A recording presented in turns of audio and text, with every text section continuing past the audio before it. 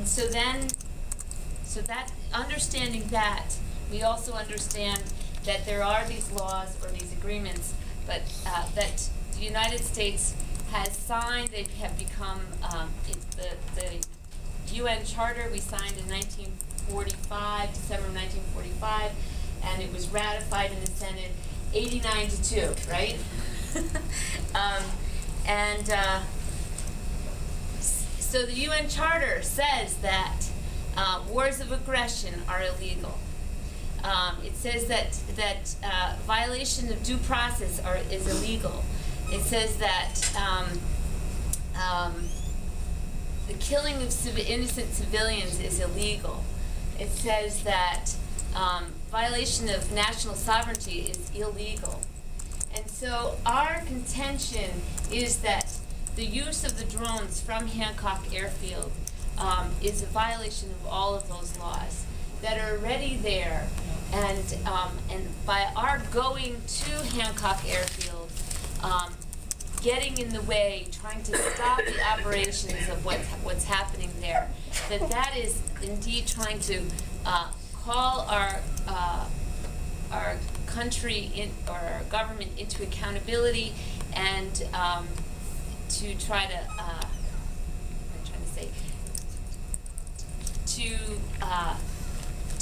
to call out the criminality of what's happening from that base, and that our action is there to uphold the law and not to be breaking the law,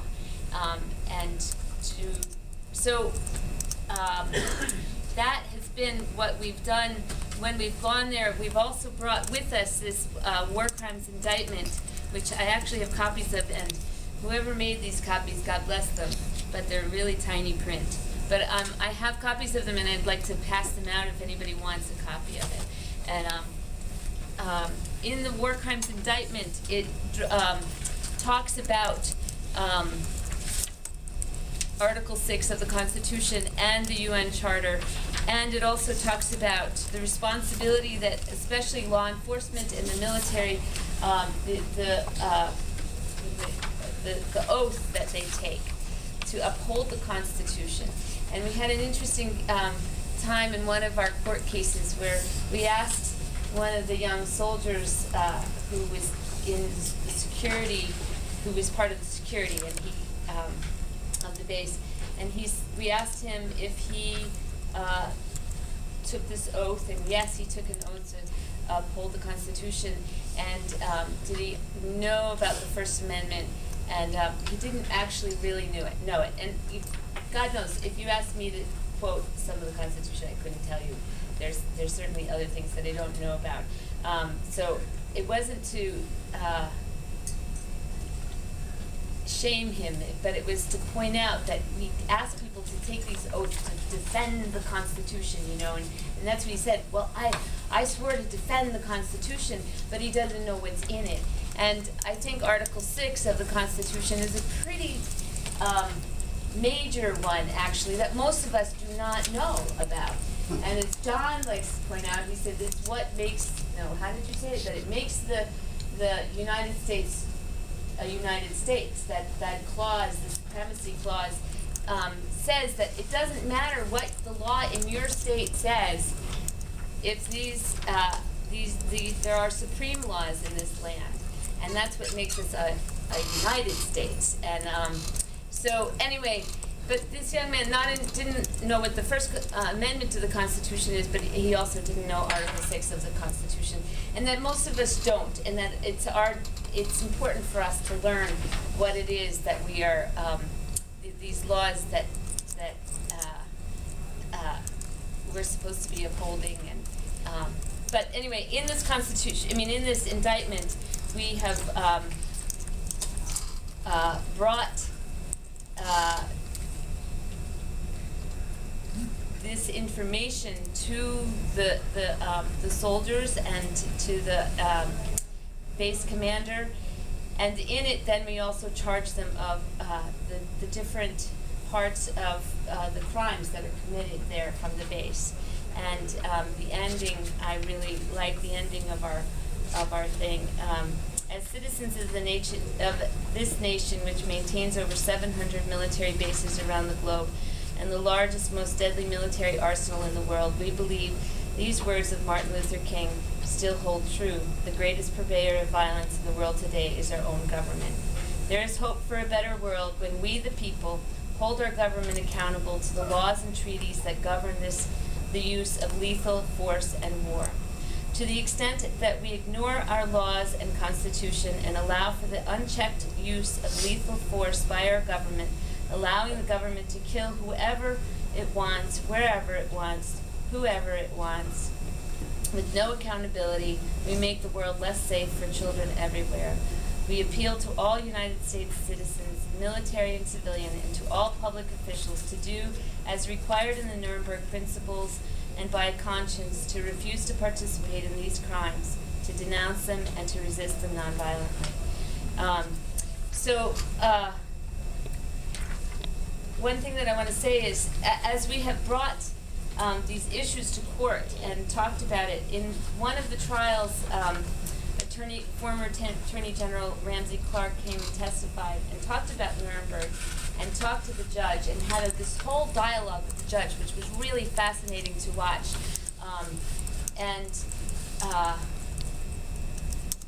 Anyway, what happened is the judge found us guilty, surprisingly, and he. But at the end, at sentencing, we challenged, was it at sentencing or when he found us guilty? But anyway, the most frustrating part of it was because he wrote this long response to us. He was very thoughtful about it. But he totally negated this whole question about Article 6 of the Constitution and the UN Charter we have signed that law. It's a binding, it should be binding, and obviously we haven't been following it for a very long time. But anyway, the judge said, so I challenged him on it, and he said, well, what do you want me to do? Because, do you want me to tell the president what to do?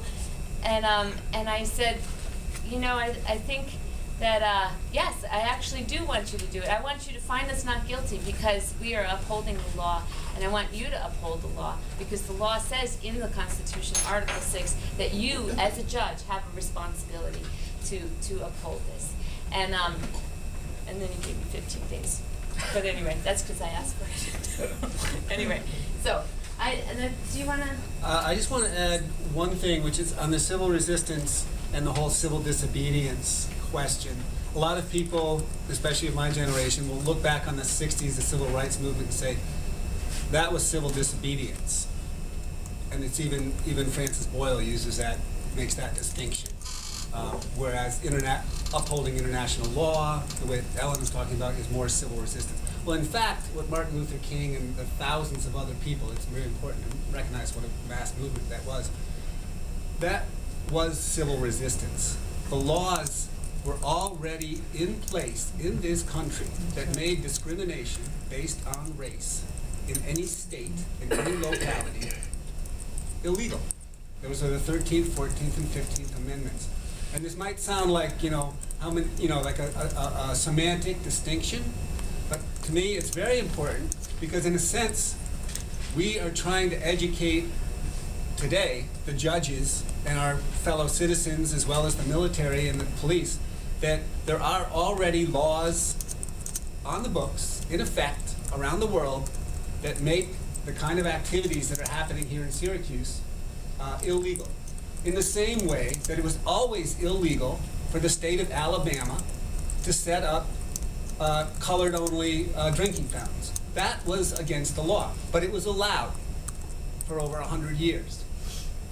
Okay, and there are more parallels here. Both of these huge, that was a huge thing. The 13th, 14th, and 15th Amendments were huge in the sense they counteracted the Constitution. The Constitution said an African American is 3/5 a person. And then that was completely negated by these amendments saying that no, actually all, again, limited to males. I'm not trying to make this, in other words, it was a step, are equal human beings. in the United States. And so, in a sense, we're in that same situation today of recognizing that these laws are already in place.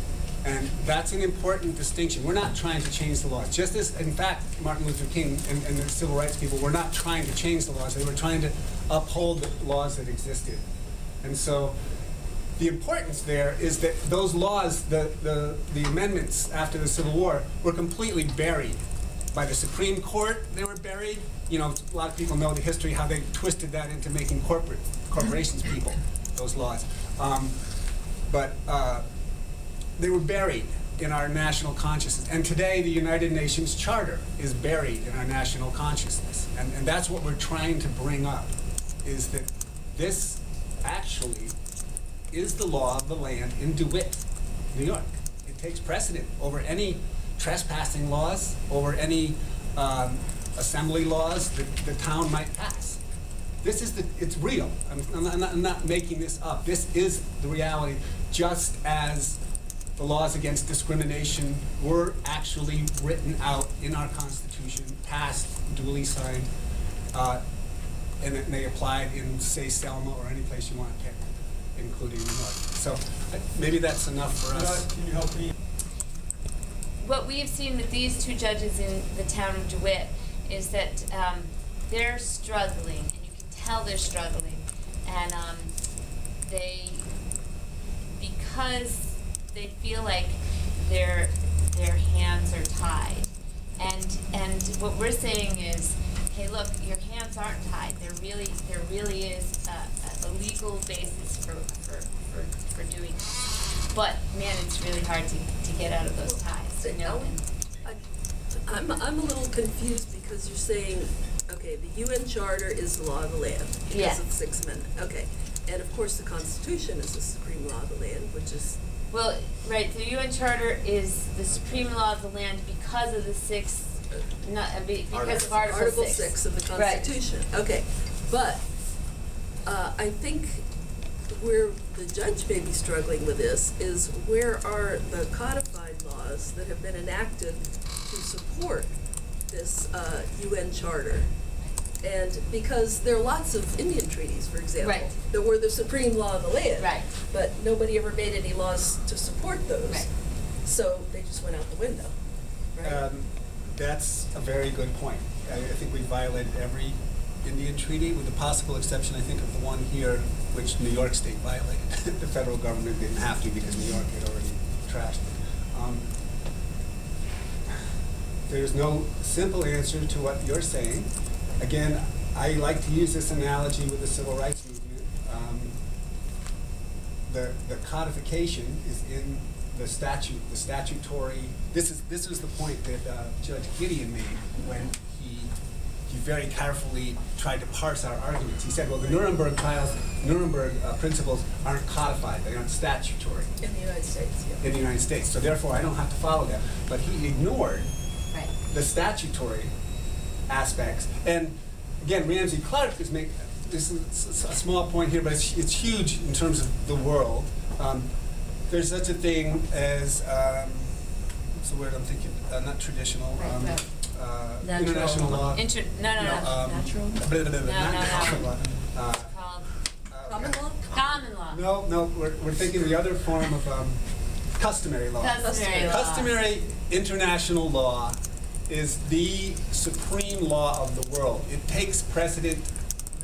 International law has two major sources. One is customary law, the other is statutory. Statutory is treaties.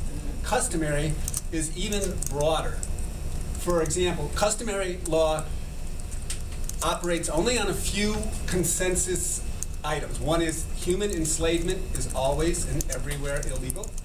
War of aggression is always and everywhere illegal. So, for example, say Canada and the United States get together and want to sign a treaty saying that it's okay to enslave certain people. That treaty, even if they signed it and duly ratified it and everything, would not have the force of law, customary law, because there are these, and torture is another one. There's only a few that are completely prohibited anywhere on the planet, no matter what the law says. But war of aggression is one. So that source of law, and War of aggression was not identified as a crime until Nuremberg, right? Well, the Nuremberg. we could ask David to speak. He's Yeah, written yeah. a book on this. Oh, okay. Yeah. Can I ask a question Yeah. actually related? Absolutely, yeah. Back in the 80s when Reagan wanted to attack Libya a quarter century before we attacked Libya, Francis Boyle successfully prevented it with a case at the World Court where he cited the UN Charter, but first he cited the Kellogg-Briand Pact. And if we're trying to unbury buried laws that Yeah. are still laws, Yeah.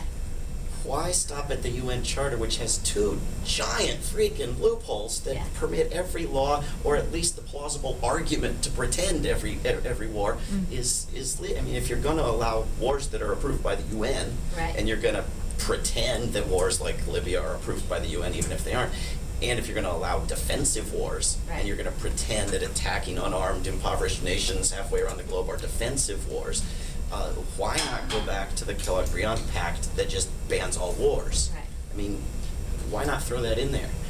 Which, in fact, was how they got what Franklin Roosevelt pulled out of his pocket to create the trials after World War II, was the Kellogg-Briand Pact, which made war a crime. And yeah, it was one-sided victor's justice, but it was the first after World War I. There was no possibility of trying anybody for war because it wasn't a crime yet.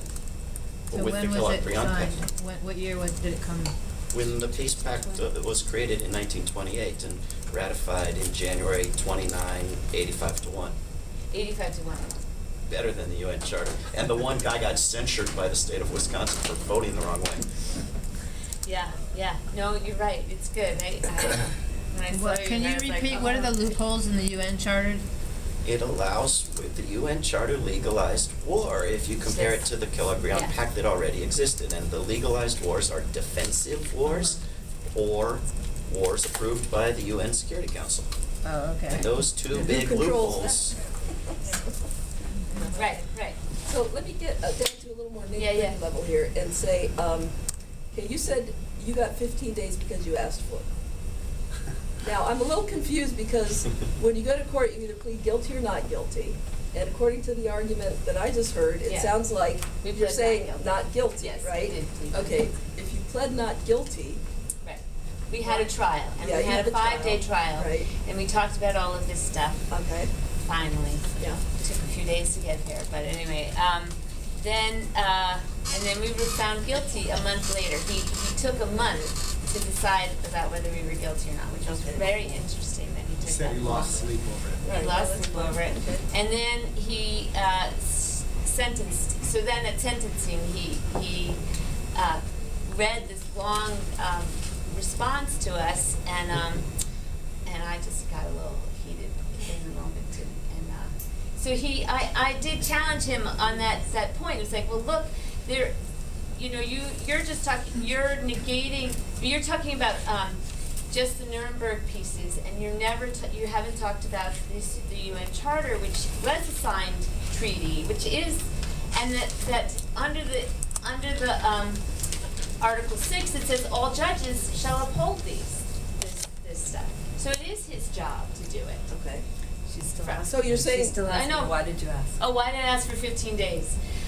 Because he kept saying, why don't Gandhi always said, you're supposed to ask for the full time. And I was like, fine. I said, so I said, So he's I baiting said, you. I'll take full responsibility for my action, I said, give me the full time. But I said, who will hold accountable this illegal and criminal government? I mean, it's your job to do it.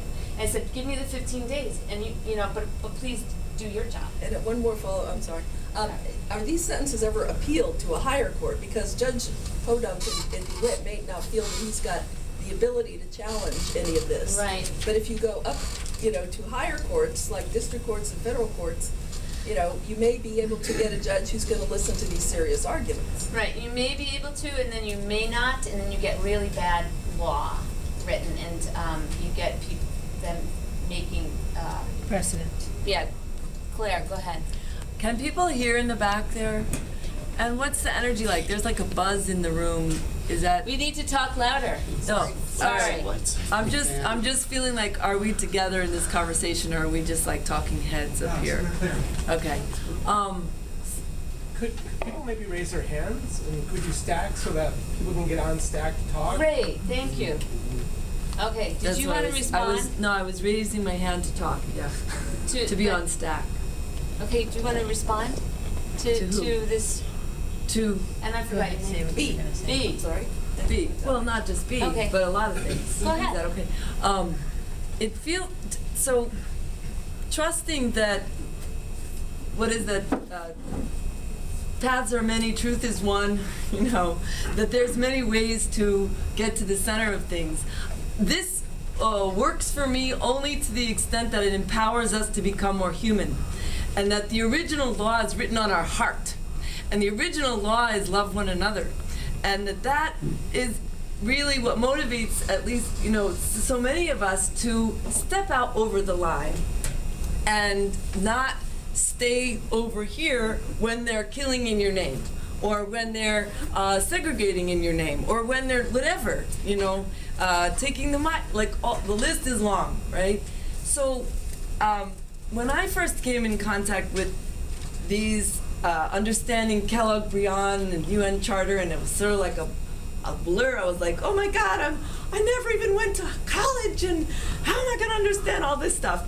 But with practice, I realized, okay, I think what I get from this is that it's here to empower us, to know that we have standing, to the extent that you feel more empowered to become more human, and then that's useful. It's not because I'm right. Let me get my paper here. And you see, it's the judges, we know after decades of going to court that the judges do what they want, not because they don't understand the law or that they weren't trained, but because there's so much more involved here. That's not even part of this. We haven't put it on the table so much. Why judges don't? So when you go to Occupy Wall Street and they teach intentionally resistance and non-compliance, that's a really important part of just in general the path to become more human, is to exercise that muscle that says, I don't maybe not know all the laws, and I didn't go to a workshop for this or this or that, but like if somebody's doing something really harmful, I can trust my gut and say, step out. You know, anyway, I'm just kind of, for me, what ended up after decades of sort of appreciating being in trials, going to jail, and hearing this conversation, I finally just distilled it to be like, okay, human law evolves as human beings' consciousness evolves. It has never been the fact that law leads human there's like a symbiotic thing, but that human beings lead the way, then law follows, and then can bring some more people. But it's not because people sitting around the table went, let's see. The men with the pen said that that's what brought humanity along. I think that humanity brought the men with the pen. You know, like there's a relationship there. I'm just trying to break this open a little bit even more to maybe, or at least for me, to go to the heart, or more of the heart, that if we don't, but to the extent that we can study all these things and know that those gangsters that kill every day in our name, millions of people, around the world, and still trillions of dollars, are actually the real criminals. That seems really important to say, to empower people, because we live in a culture of fear and obedience. And fear for a lot of good reasons, because you're going to get the axe, like if you step out of line, you're going to get 15 days, that's nothing, but when they kill you or they torture you. So anyway, sorry for going on too long, but it opens up a big box for me, and it doesn't fit neatly necessarily in a thing. Recently been reminded that James Corbett, one of those initial engagers in the sanctuary movement, preferred the term citizen initiative or civil initiative to try to put a positive face on a responsibility that we have to one another. And I think it might be a way of thinking about what are the other terms that might more openly engage the skeptics at the beginning in the conversation. The second question I think is sort of on the table is what's the strategy for moving beyond DeWitt? So David talks about Charlottesville and the drone things. Something's never going to rise through the system if it's not more extensively an issue. So more communities, more individuals have to be confronting the issue, and it has to gain some critical mass. I think Claire's probably right. In my mind, it's a long haul no matter how it's taken, but that working with those people in positions of power, sitting on the bench at this point, probably has a lower probability of affecting change. And I'm wondering, are you being invited or inviting yourselves into schools in New York State to talk about this? Is there a strategy to engage a broader institutional base, churches? So we're going to have a conversation after lunch about if our faith drives this basis, how do we take this conversation back to the church as well as into the court or back to the synagogue or something? So I'm interested in the strategy that you're going to use we're going to use now that we've demonstrated a position. It was really helpful to have you there talk about these loopholes in the UN Charter. I mean, basically, the U.S. they keep signing these treaties, but they don't ratify them. But I just wanted to go back to this case. Julian, a little louder. Stand up. Stand up. Okay, so because I've just been back to the court, and I have this kind of guilty feeling that I don't get into all the stuff that Ellen and Claire get into so well, and John. So my approach is kind of like to more get under the skin. Get under the skin. That's what I felt I could do better. That I know the judge that was there on Wednesday, Judge Jokel, he has a conscience.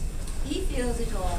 So I was like trying to get under his skin, and he said to me, because I said, I think, you really completely understand what we're about and why we're doing it. And he said to me, more than you will ever know.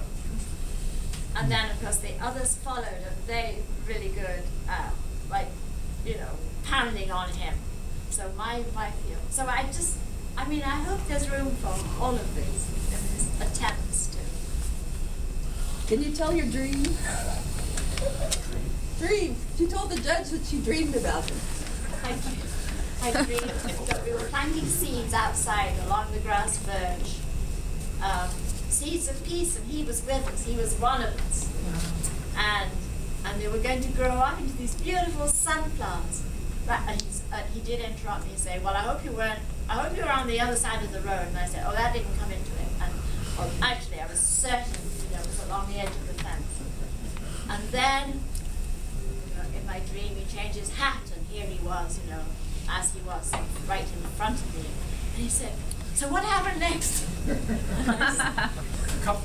main point is it's empowering, and I think that's very, very important. And reframing it. I look at things, when they frame coal as clean coal and nukes as safe nukes, it's like they're doing it.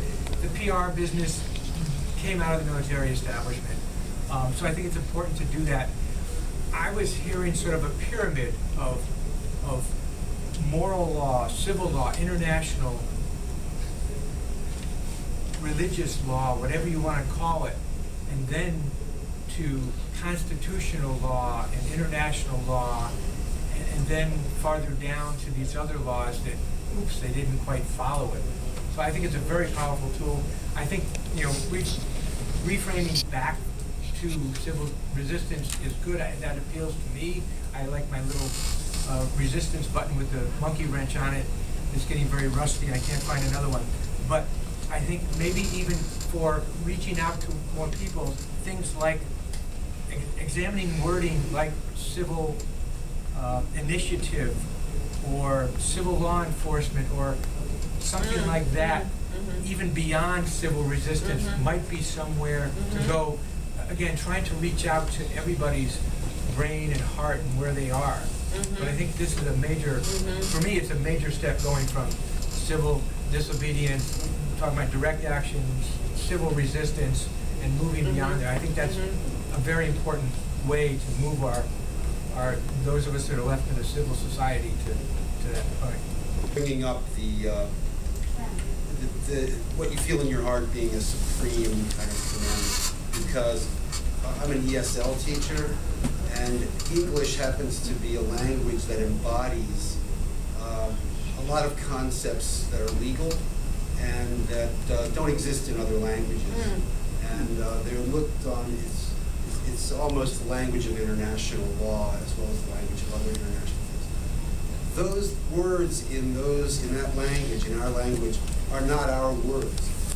They're words that came to us, have been given to us by previous generations of people going back to the beginning of time. And the concepts that those words denote are concepts that are not our concepts, but they've been passed on to us in the language and kept for people to have because they were important and we needed them. And as people alive today, it's our responsibility to preserve the integrity of that language and the ideas that have been passed on to us. And we can't afford to let the lies be codified.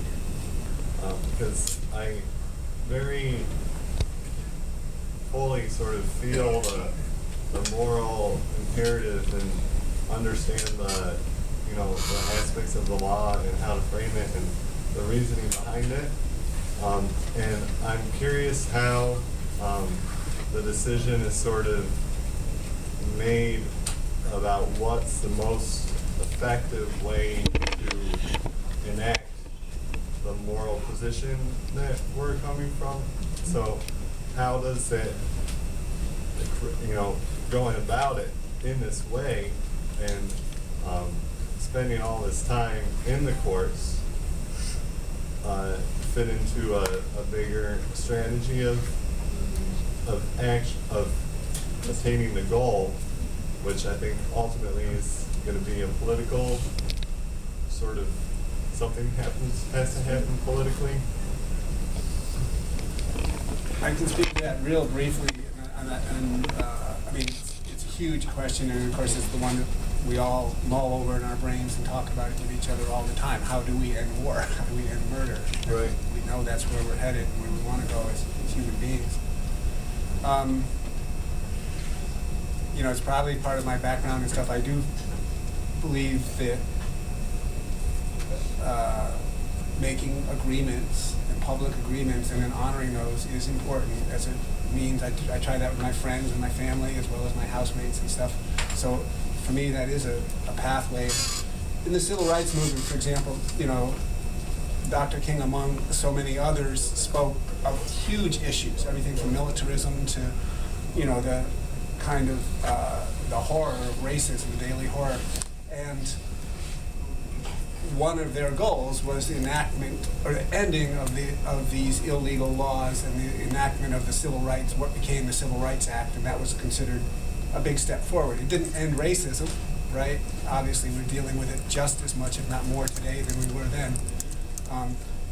But I think that was a step forward.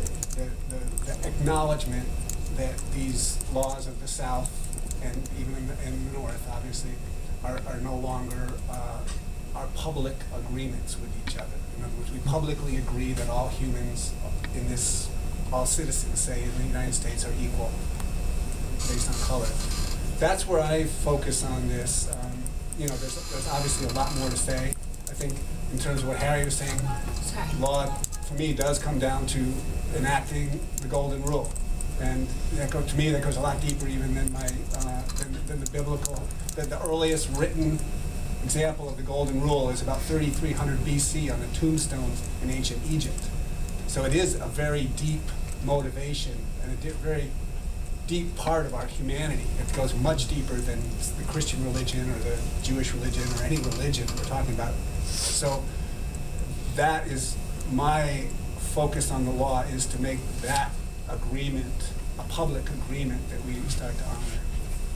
I'm sure we have all have lots more to say. Ellen, and then Becky, if you want to say, yeah. No, go ahead.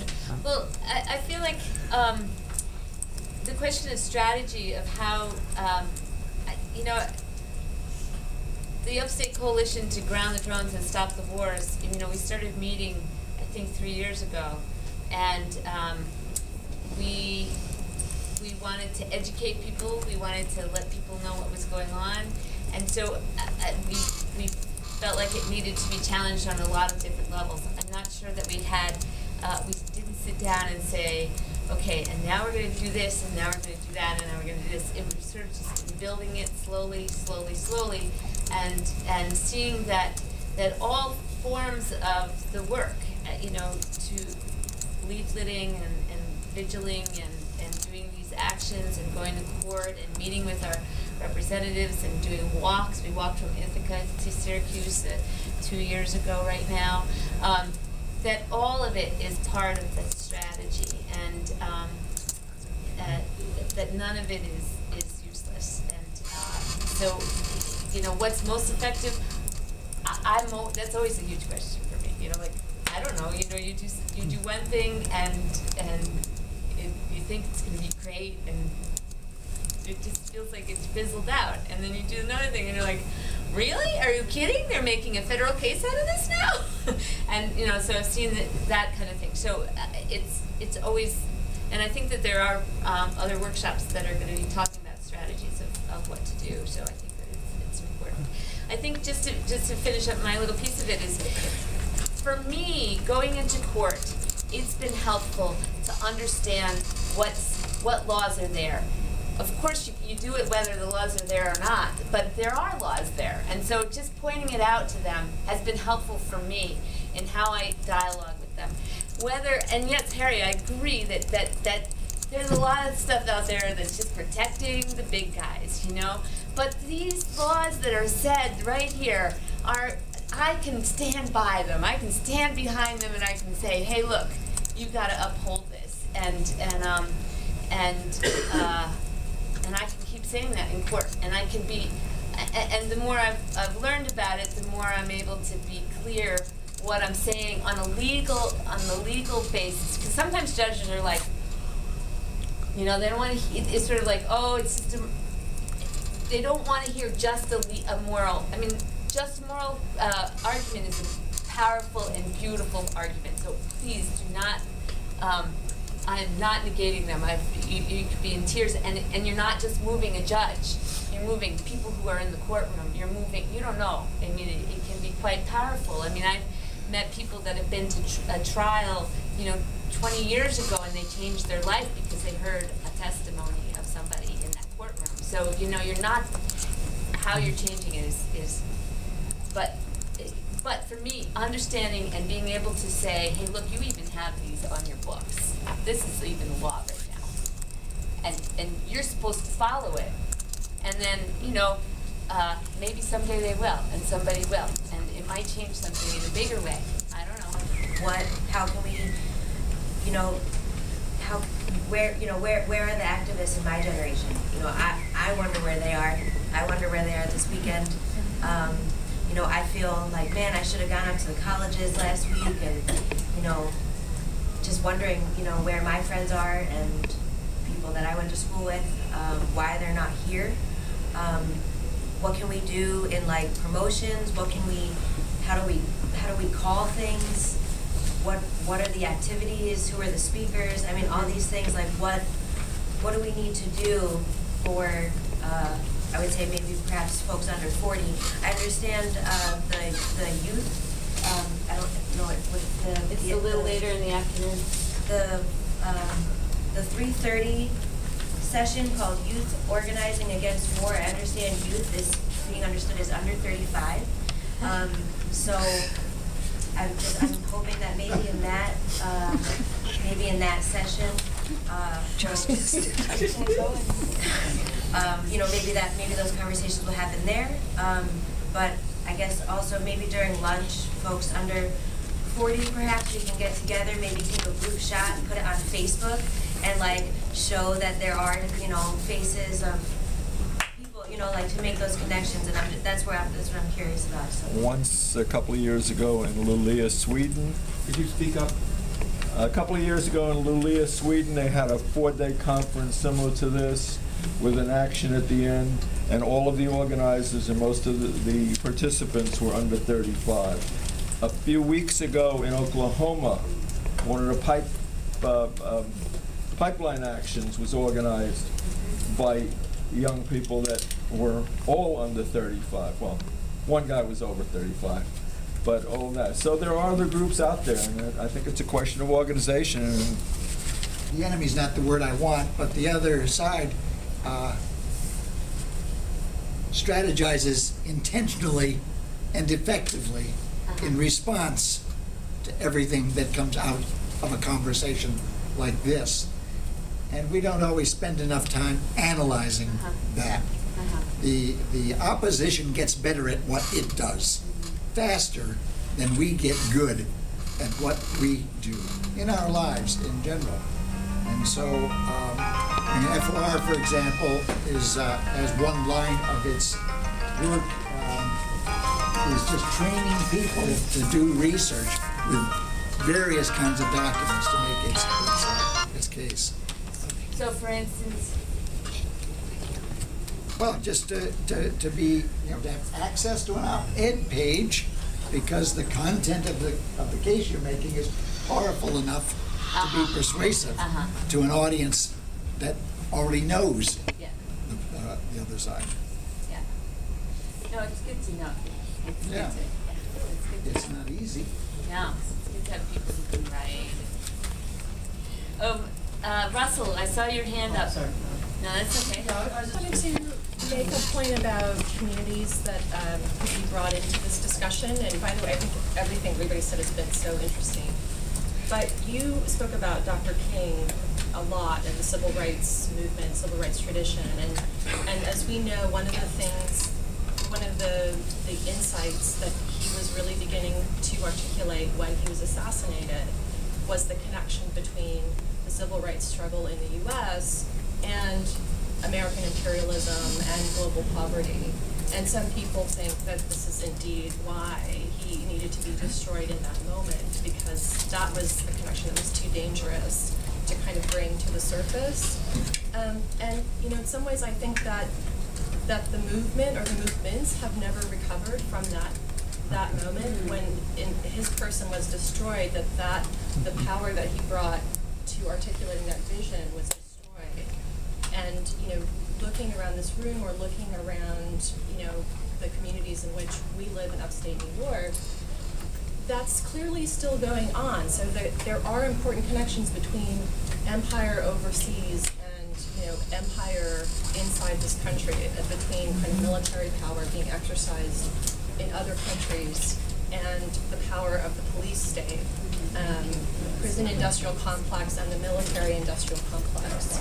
So I guess when we're thinking about bringing other communities in, I would like to challenge myself and others to think about how to make those connections clearer and to really make it, bring people into this room and rooms like this who can see how those dynamics of power that are, killing and torturing and oppressing people in other countries are doing the same thing to people in this country. I think we can work harder to bring those communities that are really at the target in this country into What you said, I want everybody to know, there's a pretty creative artist, actor, activist in my community named Court Dorsey, who's presently writing a script for a play based on Jim Douglas's book, JFK and the Unspeakable, because this is the 50th anniversary year of the assassination of